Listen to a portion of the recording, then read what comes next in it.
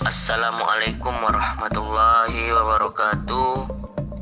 Halo teman-teman semuanya.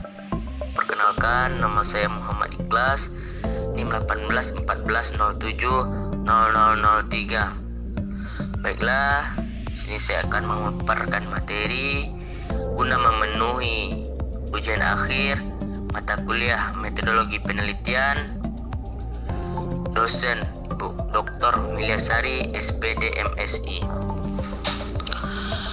Baiklah, di sini saya akan memaparkan tentang konsep dasar penelitian. Subtopik pertama yaitu pola pikir ilmiah dan non ilmiah. Berpikir adalah proses membuahkan pengetahuan. Berpikir ilmiah adalah begitu itu logis, artinya masuk akal. Empiris artinya dibahas mendalam berdasarkan fakta dan dapat dipertanggungjawabkan. Pola pikir ilmiah itu ada beberapa ciri. Yang pertama, menguji fakta. Kedua, menolak dogma. Ketiga, hati-hati dalam pengamatan. Keempat, tidak konvensional. Kelima, kritis. Ada beberapa taraf berpikir ilmiah. Pertama, default need, artinya kesulitan menyelesaikan atau menyesuaikan alat. Kedua, the problem, menjadari persoalan ilmiah.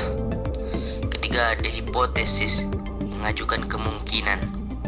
Keempat, collection of data as evidence, pengumpulan bukti-bukti.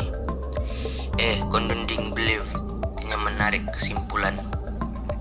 Berpikir non ilmiah adalah berpikir menggunakan akal sehat, perasaan, prasangka, dan intuisi yang kebenaran diperoleh secara kebetulan tanpa proses pengumpulan data. Ciri-cirinya itu pola pikir non ilmiah ini: satu, parsial terhadap fakta. Dua, dogmatik. Ketiga, ceroboh dalam pengamatan. Empat, tertarik serba cepat. Terakhir itu tidak kritis. Sarana berpikir non ilmiah. Pertama, ada akal sehat adalah sarana memperoleh pengetahuan yang pertama. Kedua, intuisi dan kemampuan untuk mengetahui sesuatu. Yang keempat, pendapat berasal dari orang yang menempuh pendidikan. Kelima, pengalaman sering digunakan manusia untuk mendapatkan apa yang mereka inginkan. Selanjutnya, terakhir, penemuan coba-coba diperoleh tanpa kepastian untuk memperoleh sesuatu. Kondisi pemecahan dalam permasalahan. Selanjutnya, subtopik 2 itu tentang hakikat, tujuan, fungsi penelitian pendidikan. Hakikat penelitian pendidikan membahas segala sesuatu yang dapat dilaksanakan pada lembaga-lembaga pendidikan atau penelitian yang dilaksanakan dalam ruang lingkungan pendidikan, baik pendidikan sekolah, prasekolah, dasar, menengah maupun tinggi. Pembahasan dikaitkan dengan permasalahan pendidikan, baik pendidikan sekolah, luar sekolah maupun keluarga. Tujuan penelitian pendidikan itu pertama ada untuk memenuhi pengetahuan, teori, konsep atau dalil generalisasi baru tentang pendidikan. Dua, untuk memperbaiki atau memodifikasi teori pendidikan lama, dan untuk memperkokoh suatu teori atau generalisasi yang sudah ada. Selanjutnya itu fungsi dari penelitian pendidikan. Pertama, pengembangan ilmu pendidikan, pemecahan masalah pendidikan. Selanjutnya, penelitian kebijakan pendidikan. Ini terakhir, penelitian pendidikan yang dapat menunjang pembangunan. Selanjutnya itu jenis-jenis penelitian pendidikan. Dari segi tujuan ada murni. Pertama itu, yang kedua ada terapan.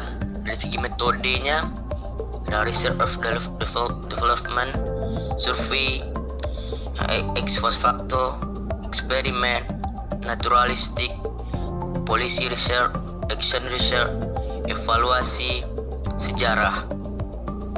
Dari segi waktu ada cross sectional dan longitudinal.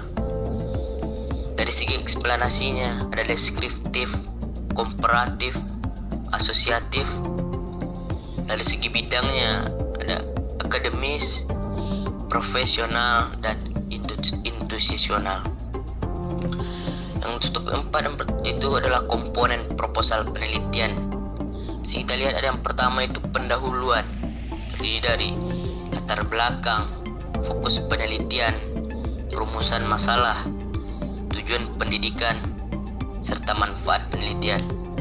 Kedua itu kajian pustaka, biasanya memuat relevansi, kemutakhiran, serta keahlian.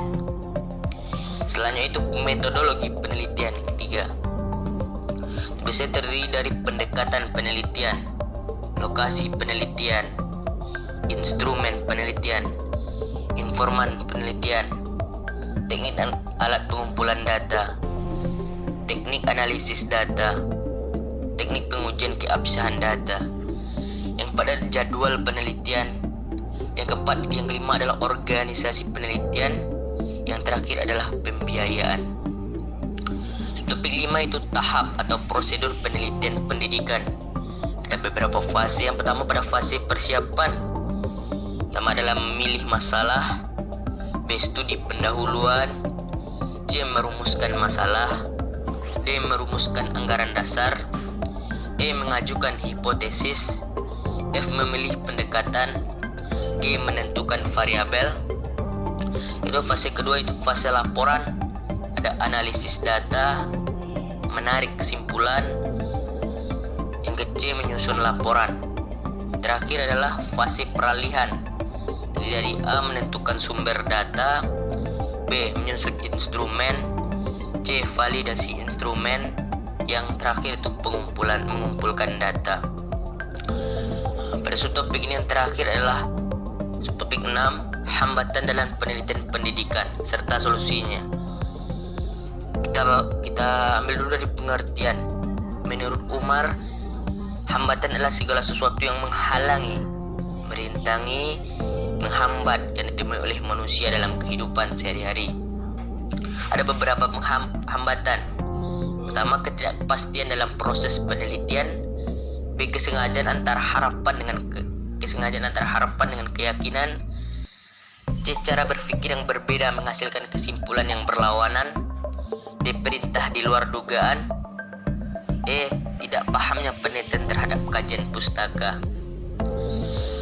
Ada solusinya, itu yang pertama, lebih teliti lagi dalam mengumpulkan banyak data. Siap siaga menerima segala kemungkinan. C. Menggali hal yang sama agar kesimpulannya juga sama. E. Siaga menghadapi kegiatan. Yang E. Ditingkatkan usaha menerjemahkan kajian pustaka. Mungkin itu pemaparan dari materi dari video kali ini tentang konsep dasar penelitian. Maaf apabila ada kesalahan dan kekurangan. Terima kasih telah menonton video ini. Saya akhiri. Assalamualaikum warahmatullahi wabarakatuh.